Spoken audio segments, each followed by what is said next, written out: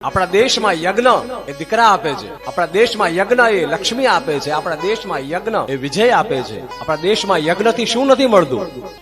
નવ ગ્રહો સંવિધા હોમમાંથી તમારા દરેક કાર્યને સિદ્ધ કરે ને કરે. સંવિધાનો હોમ કરો. અરે કેટલી બધી ઘણા કે યજ્ઞની અસર એમ કે થતી હશે. આ બધું ઘી તમે હોમી દો, આ જવ હોમ્યા કરો, આ ઘી હોમી દો, તો ઘી થી શું આપણું આમ કે આપણને એની અસર થાય?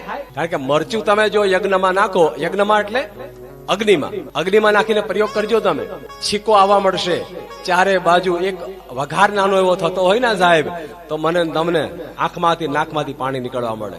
બે ચપટી ખાલી મરચા અગ્નિમાં તમે નાખી દો અને આખા ઘરમાં વાતાવરણમાં કેવી અસર થાય? જો મરચાની આવી અસર થતી હોય તો ગાયનું ચોખ્ખું ઘી નાખો તો અસર ન થાય?